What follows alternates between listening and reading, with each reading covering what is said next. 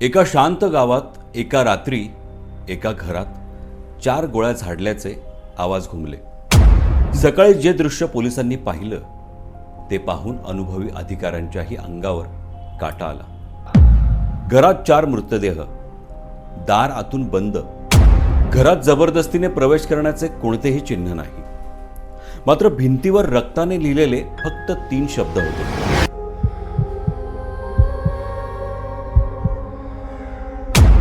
मी परत येईन.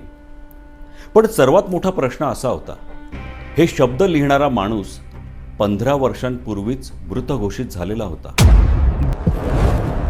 सत्य प्रत्येक कहाणी मागे असते. आजची कथा आहे सूड, विश्वासघात आणि अशा एका रहस्याची ज्याने पोलिसांच्या संपूर्ण तपासाला हादरा दिला. सन 2026 सातारा जिल्ह्यातील डोंगरांच्या कुशीत वसलेलं एक शांत गाव भैरववाडी. इथे रात्री 9 वाजल्यानंतर रस्ते ओस पडतात. प्रत्येकाला प्रत्येकाची ओळख, गुन्हेगारी जवळजवळ शून्य. पण त्या रात्री सकाळी 6 वाजता दूधवाला नेहमीप्रमाणे देशमुखांच्या बंगल्यासमोर आला. वारंवार बेल वाजवली, कोणीही उत्तर दिलं नाही. नंतर त्यांनी फोन केला, तोही कोणी उचलला नाही. मग अशा वेळी शेजाऱ्यांना बोलवण्यात आलं. खिडकीतून डोकावून पाहिलं आणि पुढच्या क्षणी तो भीतीने मागे कोसळला. घराच्या हॉलमध्ये रक्ताच्या थारोळ्यात 4 मृतदेह पडले होते. अर्ध्या तासात संपूर्ण परिसर सील करण्यात आला. क्राईम ब्रांचचे वरिष्ठ अधिकारी ACP अर्जुन राणे ते घटनास्थळी पोहोचले. 20 वर्षांचा त्यांचा अनुभव. शेकडो खुनांचे प्रकरण त्यांनी उघड केले होते. पण त्या घरात पाऊल ठेवताच त्यांच्या चेहऱ्यावरचा आत्मविश्वास क्षणभर नाहीसा झाला. संपूर्ण घरात एक विचित्र शांतता होती. ना झटापटीच्या खुणा, ना चोरी. सगळे दागिने जागेवर, रोख रक्कम तशीच, काहीच गायब झालेलं नव्हतं. म्हणजे हा खून पैशासाठी नव्हता. फॉरेन्सिक टीमने तपास सुरू केला. तेवढ्यात एका अधिकाऱ्याने हाक मारली, सर इकडे या. ACP राणे बेडरूममध्ये गेले तेव्हा भिंतीवर रक्ताने लिहिलेले शब्द होते, मी परत येईन. क्षणभर संपूर्ण खोली शांत झाली. राणे काही सेकंद त्या शब्दाकडे पाहत राहिले आणि अचानक त्यांच्या चेहऱ्याचा रंग बदलला. कारण ही अक्षरं त्यांनी यापूर्वीही पाहिली होती. 15 वर्षांपूर्वी 2011 साल याच गावात एक तरुण राहत होता. विक्रम काळे त्याचं नाव. हुशार, मेहनती, पण गरीब. त्याच्यावर आरोप झाला की त्याने गावातील सर्वात श्रीमंत व्यापाऱ्याच्या मुलाचं अपहरण केलं. पुरावा नव्हता, तरीही गावाने त्याला गुन्हेगार ठरवलं. पोलिसांनी त्याला अटक केली. नंतर जेलमधून पळून जाताना नदीत उडी मारल्याचा दावा करण्यात आला. मात्र 2 दिवसांनी नदी किनारी त्याचा मृतदेह सापडला आणि विक्रम काळेला मृत घोषित करण्यात आलं. केस कायमची बंद झाली. पण एक गोष्ट कुणालाच माहीत नव्हती. जेलमध्ये असताना विक्रमने एका भिंतीवर नखाने लिहिलं होतं, मी परत येईन. तेच शब्द आज पुन्हा रक्ताने लिहिलेले होते. ACP राणेंनी लगेच जुन्या केसची फाईल मागवली. फाईल उघडताच त्यांच्या हातून एक फोटो खाली पडला. फोटोमध्ये देशमुख कुटुंबासोबत एक तरुण हसत उभा होता. तो दुसरा तिसरा कोणी नसून विक्रम काळेच होता. म्हणजे ज्याच्या घरात आज हत्या झाली ते लोक विक्रमला ओळखत होते. पण फाईलमध्ये याचा एकही उल्लेख नव्हता. कोणीतरी 15 वर्षांपूर्वी जाणीवपूर्वक सत्य लपवलं होतं. तेवढ्यात फॉरेन्सिक टीमचा अहवाल आला. सर, घरात सापडलेल्या रक्ताचे नमुने 4 मृतांच्या रक्ताशी जुळत नाही. ACP राणे थबकले. म्हणजे सर, घटनास्थळी 5व्या व्यक्तीचंही रक्त आहे. पण तो पाचवा माणूस कुठेच सापडत नव्हता आणि त्याच क्षणी पोलीस स्टेशनच्या लँडलाईनवर फोन आला. समोरून एक शांत आवाज आला. राणेसाहेब, तपास सुरू करू नका, नाहीतर पुढचा मृतदेह तुमच्या टीममधलाच असेल. आणि फोन कट झाला. कॉलर आयडीवर दिसत होतं अननोन नंबर, पण कॉल ट्रेस झाल्यावर लोकेशन पाहून सर्वांच्या पायाखालची जमीनच सरकली.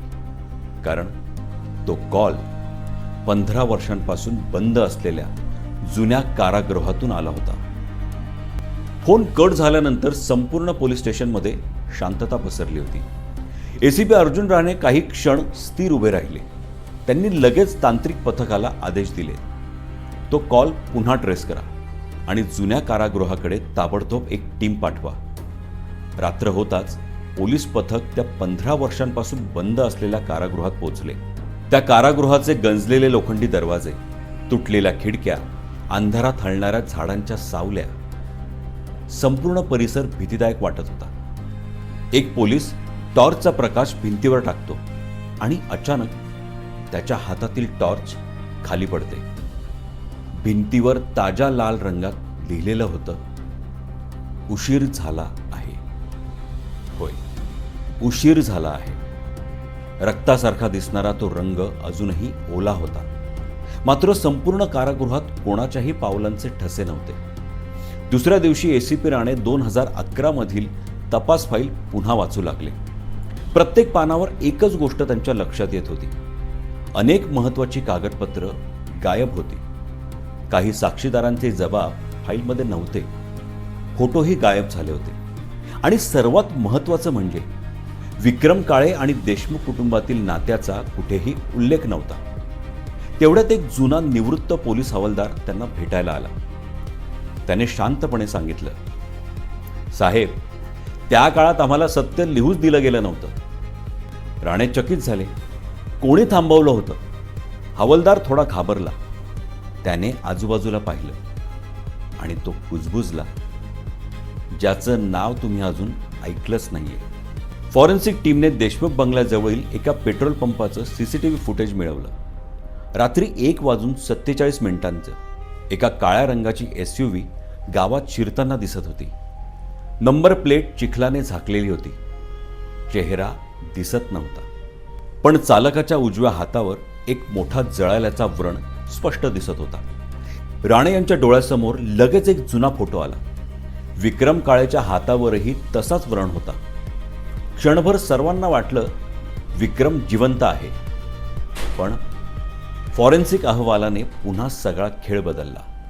त्या गाडीचा मालक विक्रम नव्हताच, तर देशमुख कुटुंबातील धाकटा मुलगा रोहन देशमुख होता.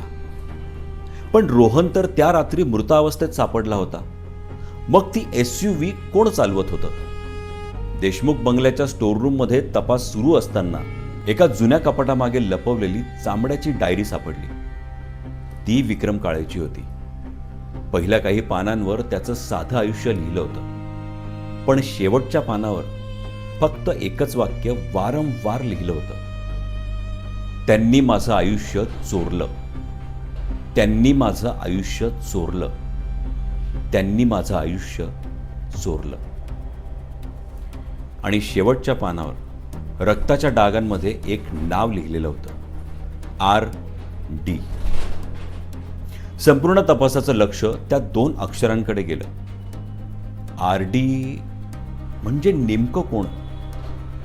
रोहन देशमुख की कोणीतरी दुसराच?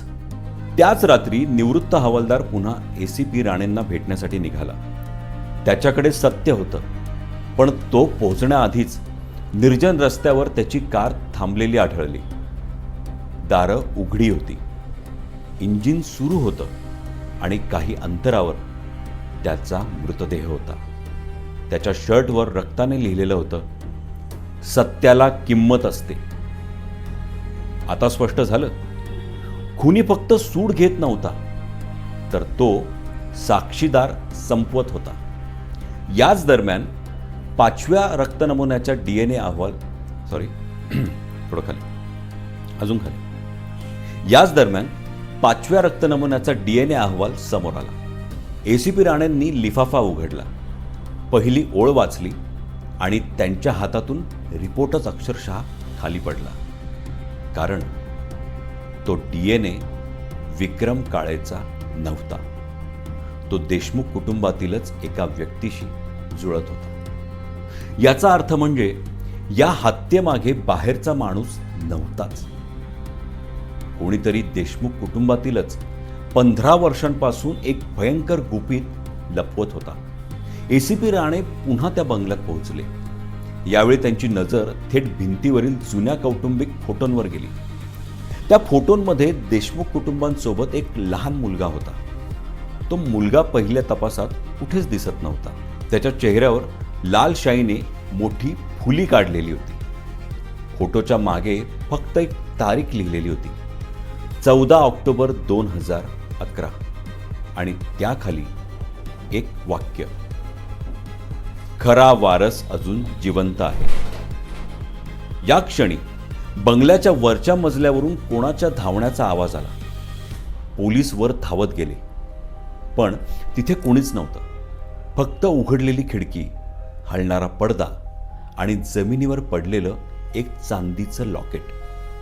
त्या लॉकेटमध्ये असलेला फोटो पाहून ACP राणे हादरले. कारण त्यात विक्रम काळे एका लहान मुलाला मिठी मारून उभा होता. मग आता प्रश्न असा पडतो की तो मुलगा कोण होता आणि तो अजून जिवंत होता का? ACP अर्जुन राणे यांच्या हातात ते चांदीचं लॉकेट होतं. लॉकेटमधील फोटो त्यांनी पुन्हा पुन्हा पाहिला. विक्रम काळे आणि त्याच्या मिठीत असलेला साधारण 5 वर्षाचा मुलगा. पण त्या मुलाबद्दल 2011च्या केस फाईलमध्ये काहीच उल्लेख नव्हता. तपासादरम्यान पोलिसांना एक जुनी नोंद सापडली. 2011मध्ये एका अनोळखी मुलाला साताऱ्यातील एका अनाथ आश्रमात दाखल करण्यात आलं होतं आणि त्याचं नाव बदलण्यात आलं होतं. त्याच्या जुन्या ओळखीची सर्व कागदपत्रे नष्ट करण्यात आली होती. ACP राणे तात्काळ त्या अनाथ आश्रमात पोहोचले. जुन्या रजिस्टरमधील धुळीने माखलेलं एक पान त्यांनी उघडलं आणि त्या पानावर लिहिलेलं होतं, बालकाचं मूळ नाव आर्यन काळे, विक्रमचा मुलगा. 2011मध्ये विक्रम काळे देशमुख कुटुंबांच्या उद्योगात काम करत होता. एका रात्री देशमुख उद्योग समूहात कोट्यावधी रुपयांचा आर्थिक घोटाळा उघडकीस आला. तो घोटाळा विक्रमने पाहिला. त्याने पोलिसांकडे जाण्याचा प्रयत्न केला, पण त्याच रात्री त्याच्यावर खोट्या अपहरणाचा आरोप ठेवण्यात आला. सर्व पुरावे बनावट होते. साक्षीदारांना पैसे देण्यात आले, काहींना तर धमकावण्यात आलं. विक्रमला तुरुंगात पाठवण्यात आलं. त्याची पत्नी रहस्यमयरित्या बेपत्ता झाली आणि त्याचा लहान मुलगा अनाथ आश्रमापर्यंत पोहोचवण्यात आला. 2011मध्ये नदीत सापडलेला मृतदेह तो विक्रमचा नव्हताच, तो दुसऱ्या एका कैद्याचा होता. फाईलमध्ये मुद्दाम फेरफार करण्यात आली होती. देशमुख कुटुंबातील एका प्रभावशाली व्यक्तीने संपूर्ण तपास दडपून टाकला होता. बरं, सगळ्यांना असं वाटलं की विक्रम मेला, पण तो जिवंत होता. विक्रमने पुढची 15 वर्षे लपून राहून पुरावे गोळा केले आणि त्याने कोणताही खून केलेला नव्हता. तो फक्त सत्य बाहेर आणू इच्छित होता. पण देशमुख कुटुंबातील कुणीतरी त्याच्या आधीच सगळ्यांना संपवत होतं. ACP राणेंनी एक योजना आखली. जुन्या कारखान्यात पत्रकार परिषद जाहीर करण्यात आली आणि एक बातमी मुद्दाम पसरवण्यात आली की विक्रम काळे जिवंत असल्याचं पुरावे पोलिसांना मिळालेले आहे. आणि त्या रात्री कारखान्यात फक्त पोलिसांचा सापळा होता. आणि रात्री 12 वाजता काळ्या SUVचा आवाज आला. एक व्यक्ती आत शिरली. तिने बंदूक काढली, पण त्या व्यक्तीला चारही बाजूंनी पोलिसांनी वेढलं होतं. त्या व्यक्तीचा मुखवटा काढण्यात आला आणि त्या व्यक्तीचा चेहरा पाहून सर्वजण थिजून गेले. तो व्यक्ती होता राघव देशमुख.